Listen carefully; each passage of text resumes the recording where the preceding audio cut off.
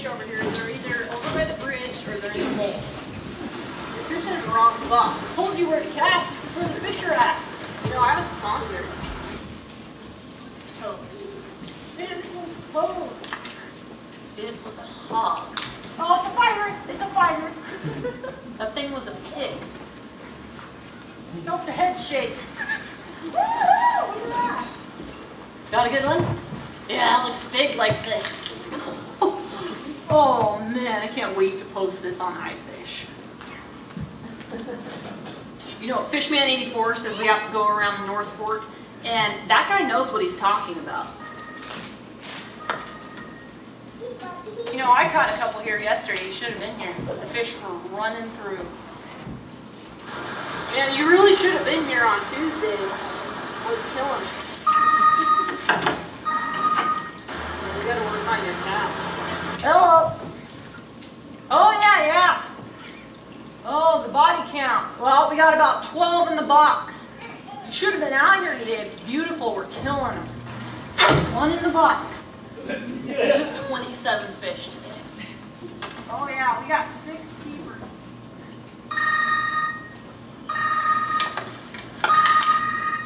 Yellow. All right. Yeah, I don't know what time I'm going to be home. I don't know. I'll call you. I don't have good reception here. I can't hear you. I'll call you when I get to the boat dock. All right. Fish on. Fish on. Oh, it's hot. Oh, flubber down. Hey, how deep are you? You guys doing any good? How you guys doing so far? Gotta keep going, man. All right, so how many people understood what she's talking about? Oh, yeah. Anybody fish here? I should have warned you at the beginning of that. That lady is copying things she hears her husband say. The whole video is her just quoting him. Probably no idea what she's talking about, but making fun of him. It's hysterical if you knew the beginning part. I want to say welcome. My name is Bill. I'm really glad you're here today. And we are talking about mask. And this lady is putting on a mask like she knows what she's talking about, but she probably doesn't. And our question has been for the last couple of weeks, are you wearing a mask? Are you hiding pain? Are you hiding betrayal? Are you hiding anger? Are you trying to be something to other people that really isn't honestly the truth? Those are the questions we've been digging into. Today we're talking about financial fakers, and I've asked a very wealthy lady to come and help me. Let's give her a hand. Wait. Hang on. Again? Like I do know it all. You are right. Anyway, hey, hang on. I don't think people know how rich I am right now. Hang on. Yeah! Now we know. Hang on. Wait Yeah, that's what they wear at Wall Street. They do. Glasses. They do. You know, my money clip wasn't that big enough. I had to get one of those office clips, you know. Wow, that's like real money. Yeah. You know it. So you're buying lunch today? Yes. No, I'm buying it all. Buying you guys all. Really? All right, let's give her a hand, sure. She's got a job interview later, so that's probably what that's about. Financial fakers. Listen to this verse in Proverbs. Proverbs 13, verse 7. One man pretends to be rich, yet he has nothing. Another pretends to be poor, yet has great wealth. One is pretending. You know this, right? Driving this really fancy ride. Got, 25-inch wheels and bling. Wearing really nice designer clothes. And then they pull up to the house. To the shed. I worked with a bunch of gang kids in Yakima, Washington. And it was amazing to me to watch. These guys would dump thousands of dollars into their ride. They're driving Escalades, lowered, just bling, just rich looking, probably dealing a little bit on the side, but whatever. They're driving these really nice rides, and they pull up to where they show me where they live, and it's like the third world. I'm thinking, dude, you know, all the equity in that car is gone. It's worthless. You probably can't get what you owe. The house, you know, just the financial part of me goes, wow. But I have to look good. I have to look rich. Because I want people to respect me because I need to do this. But the reality behind the scenes is they don't. I also know a guy actually locally, good friend of mine, very old gentleman, very quiet, unassuming guy. He was always really kind to me when I was being picked on by other people. He would come to my rescue. He was a great guy. Never said anything, drives an old car. He lives in a little beat up house that's, you know, built in the 40s and hasn't been updated. He looks like he's very, very poor, and yet 50 years ago, he provided the money for his family to start Widmer Brewing. This guy is very, very wealthy. He has hundreds of acres of land. He is very wealthy. But you would never know it to sit in the living room with him and the dirty carpet in this little bitty house. And I look at that, and you know, Jesus talks about money more than faith and prayer, and I've told you this before. Why is that? Why do most of the parables have to do with money? Why would he do that? Jesus isn't wearing a lot of stuff. He hasn't got a lot of money. He isn't acting like a high roller. Why would he talk about it so much? And the reason is because we put up a mask. Money cuts immediately to exactly what you really believe. Talk is cheap, right? Money tells the truth. That's why Jesus would talk about it. Because he knew it went right to the truth. Money is the one thing that competes for our attention from God. That's why Jesus said, you can't serve God and money. You can only have one master. Like we've chosen that money is going to be our master. Let's look at some verses today, and I want to put forth 3 things that I think we replace God with money. And I want to see how that fits for you. And my goal today is not to accomplish a whole lot of solution. My goal today is to challenge you to pull down the mask, to look behind the mask and say, what do I really believe? Not what do I say I believe. How do I actually live? What do I really believe? In Romans 1:25, it says, they exchanged the truth of God for a lie and worshipped and served created things rather than the Creator. We worshipped and served created things rather than the one who is the Creator. In other words, we fell in love with our $100 Nikes. We fell in love with that new boat. Oh, gotta have. Oh man, have you seen the clothes? Look at that vacation spot. Hawaii, are you kidding me? Part of me can worship created stuff rather than the one who is the Creator. So, 3 things. Happiness. Number 1 is happiness. Money will buy me happiness. Right?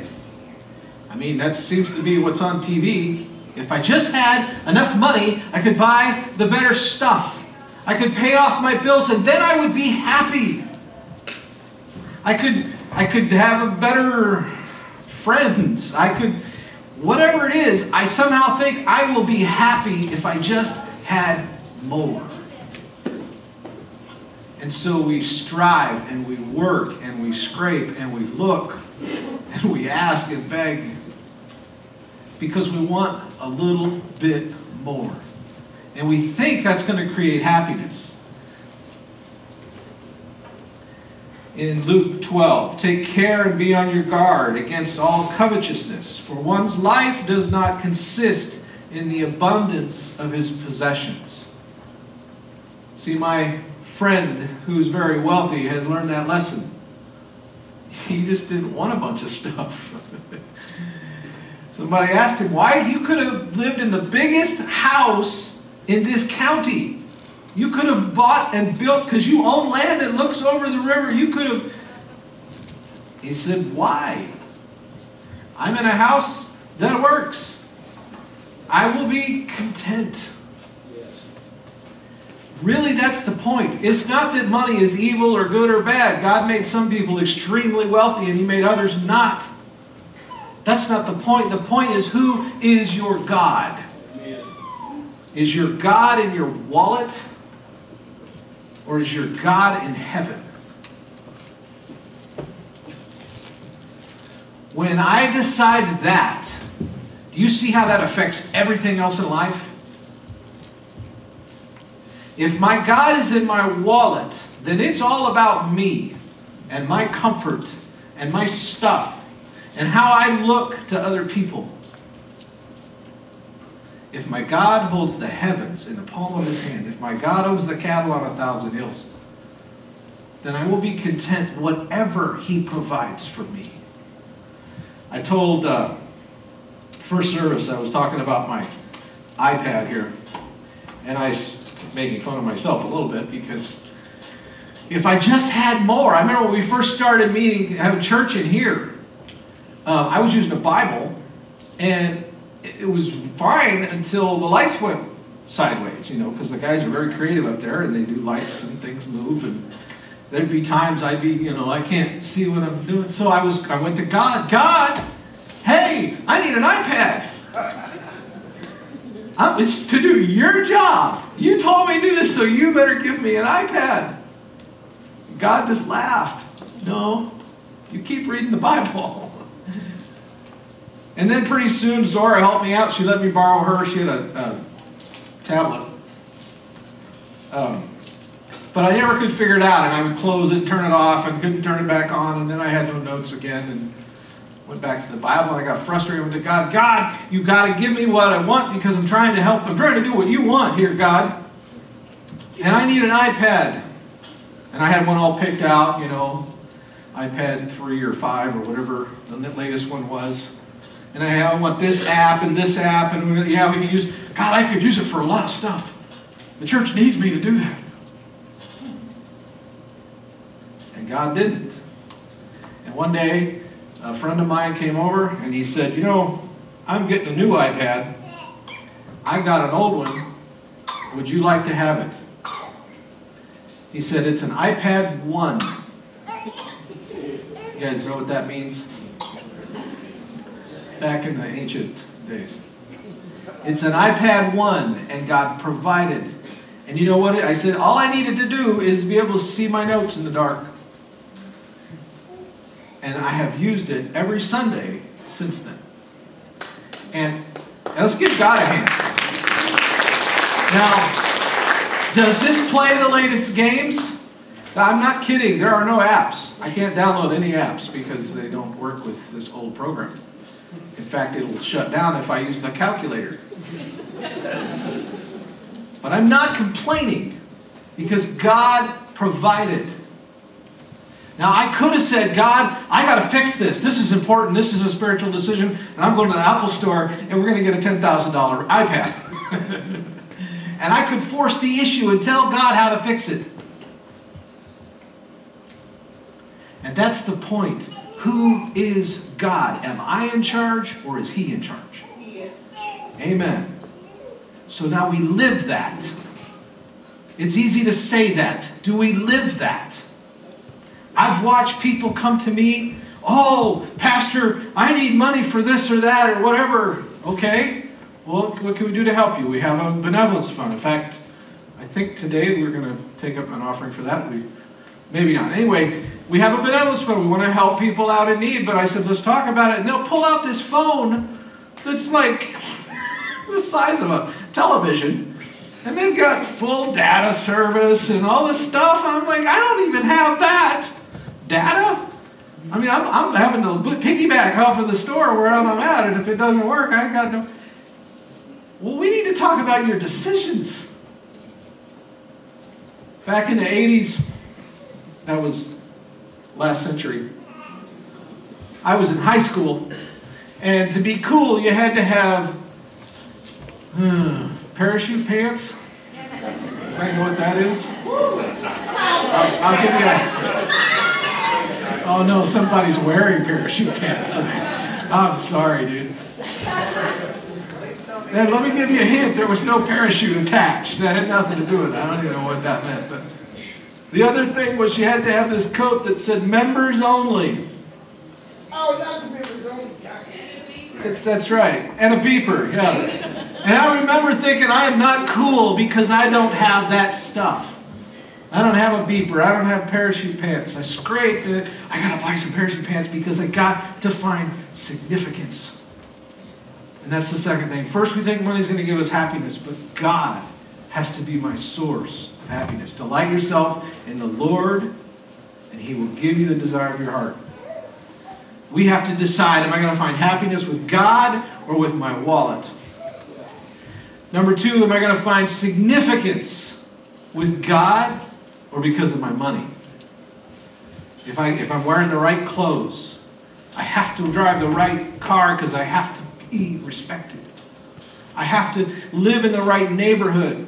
I have to have the right refrigerator in my living room, in my kitchen. Now you know more about my house, don't you? Yeah.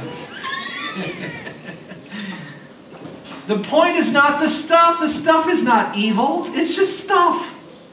The point is my heart. Where does my significance come from? Do I care if I'm driving a clunker? No. I don't have a car payment. That's pretty nice. A friend of mine's in insurance. He was telling me this guy called him this week, very upset that his bill had gone up. And he says, how come, why did my bill go up? Well, you bought a car. Well, yeah, I bought it was like a race car. It was a fancy $100 car, $100,000 car. And it's like, well, yeah, but my insurance shouldn't have gone up that much. Well, you have to insure that car. You were driving an 80s Toyota. Now you're driving a brand new race car, and the insurance payment is almost the same as the car payment. And the guy, there's this silence on the phone, and then the guy says, well, I can't afford this car. But I have to have this thing, and we will leverage ourselves and stick ourselves so far out there because we got to have the stuff. And then when life is crashing in and we can't even afford the simplest stuff, we turn around and, God, you got to help me here. God, you got to fix this. I'm in trouble. And He's, yeah, well, you bet you're in trouble. Because you chose this over listening to me. You cannot serve God and money. The last one is security. We want security. We want to know that we're going to be okay. We want the security of money to keep us safe. To make sure we're not going to get caught in a big bill. In case our health goes sideways, we got to have security. And God is saying, you need to find your security. Take rest, my soul, in Him. My God will provide all your needs. Would you take just a minute and think about this mask? Is there a financial mask in your life? A place, a situation, a thing, or mindset? Is there somewhere in life where you've decided, I'm my own God, what I want matters more than what God says, and I don't care if He's going to offer me an iPad 1, I got to have the latest version. I got to have the best. I got to have what I want. Even to do what God's told you to do. A preacher wants an iPad to preach. How spiritual can you get? And God says, no. I don't care what you're doing with it. I care about your heart. I care about your intention, about who is the God of your life. I watched a dear friend move here. I'm going to close with this. And then I want to read a verse. I watched a dear man of God. I met him in the Dominican Republic. Little guy, 50-something years old. He made bricks for a living. He was chiseled. And he was a pastor. I watched him pastor a little church in the Dominican. I watched this man pray and teach and work 90 hours a week for 25 cents a day. And I sat and looked at him and I thought, God, I am not worthy to tie his shoes. What a man of God. And I was a pastor from America, and I felt like, wow, not that big. And my friend had been in a wreck and his jaw had been messed up 10 years earlier. And in the Dominican, there is no welfare. There is no Social Security. There is no food stamp. There's nothing. And he had to live with his jaw hanging funny for a long time. And so one of the leaders in our team, we worked it out with the government of the Dominican to let him leave long enough to get his mouth worked on. They didn't want to do it. They didn't like him leaving because they figured he wouldn't come back. Finally got him out, had to leave his wife there. He was going to come with us for 6 months. We got on the airplane. There was about 20 in this team, and they gave us a free upgrade of 1 seat to first class. And so we said, we got to give it to, we'll call him Joe. Give it to Joe. He's never been on a plane. In fact, he had us in his house. His house, it's not a house, it's a dump. My lawnmower lives better, is stored in a nicer place than this man's home. Mud, sewage, in the street, in the mud. And yet he opened his home, brought us in, gave us the best coffee he could make. He got on that airplane,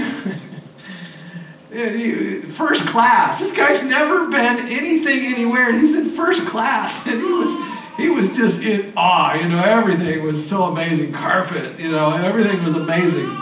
And he kept jumping up and running back to the rest of us in the back to tell us about every new thing that happened.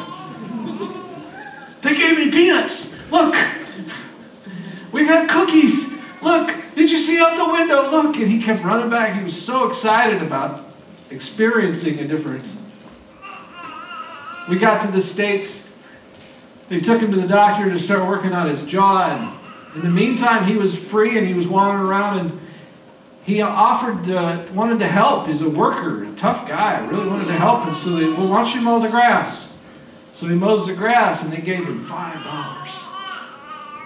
And my friend looks at that $5 and like, you know how long it would take me to make this, making bricks 12 hours a day? Weeks. And all of a sudden, he figured out the American dream. And my friend, he started mowing. He was asking me, hey, can I mow your grass? And I mow their grass? I'm mowing everybody's grass.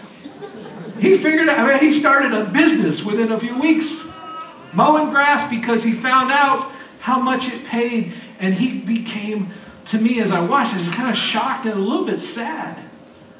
Because all of a sudden, the stuff and the money was really attractive. And he was pouring his life into that. The same way I had seen him pour into ministry back home. And it made me sad, but at the same time it made me step back and look at my own life and look at our world and think, wow, there is so much wealth here. It is so easy for us to get distracted and to make the wrong choice. Jesus said it's easier for a camel to go through the eye of a needle than for a rich man to get into heaven. And some people think he was talking about the gate of Jerusalem, called the eye of a needle. There's a small gate, and to get in that gate, camels would come from everywhere, and they'd have all this stuff piled on their back. And to get in that gate, they had to take all the stuff off, because they barely fit by themselves. And Jesus' comment seems to be, if you want to get into heaven, if you want to be close to God, you have to strip away the stuff. That just like my friend was chasing that money, God made us that way because He wants us to chase Him the same way. Amen. I'm going to read a verse and close. Listen with me, Matthew chapter 26. Therefore I tell you, do not worry about your life, what you will eat or drink, Or about your body, what you will wear? Is not life more than food, and the body more than clothes? Look at the birds of the air. They do not sow or reap or store away in barns, and yet your heavenly Father feeds them. Are you not much more valuable than they? Can any one of you, by worrying, add a single hour to your life? And why do you worry about clothes? See how the flowers of the field grow?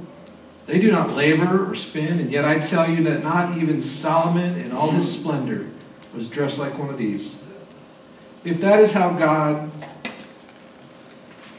clothes the grass of the field, which is here today and tomorrow is thrown into the fire, will he not much more clothe you, O you of little faith? Do not worry, saying, what shall we eat, or what shall we drink, or what shall we wear? For the pagans run after all these things, and your heavenly Father knows that you need them. But seek first his kingdom and his righteousness, and all these things will be given to you as well. Therefore, do not worry about tomorrow, for tomorrow will worry about itself. Each day has enough trouble on its own.